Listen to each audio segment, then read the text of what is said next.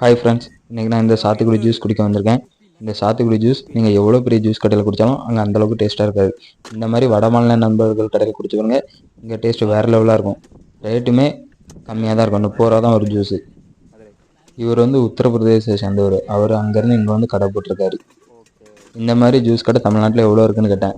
இங்கே தமிழ்நாட்டில் இப்போதைக்கு ஒரு 3000 ஜூஸ் கடை இருக்கான். இங்கே வந்து வெயில் சீசன் இப்போ இருக்கிறதுனால இங்கே இந்த ஜூஸ் கடை போட்டிருக்காங்க.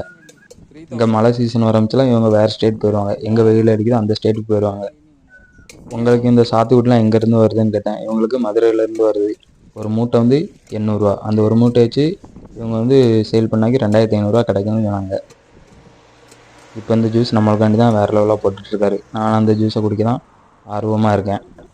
இந்த மாதிரி கடை வச்சுருக்கவங்ககிட்ட நீங்கள் கரெக்டாக பே பண்ணிடுங்க. ஏன்னா அவங்கள நம்பி அவங்க ஊரில் ஒரு ஃபேமிலி இருக்குது.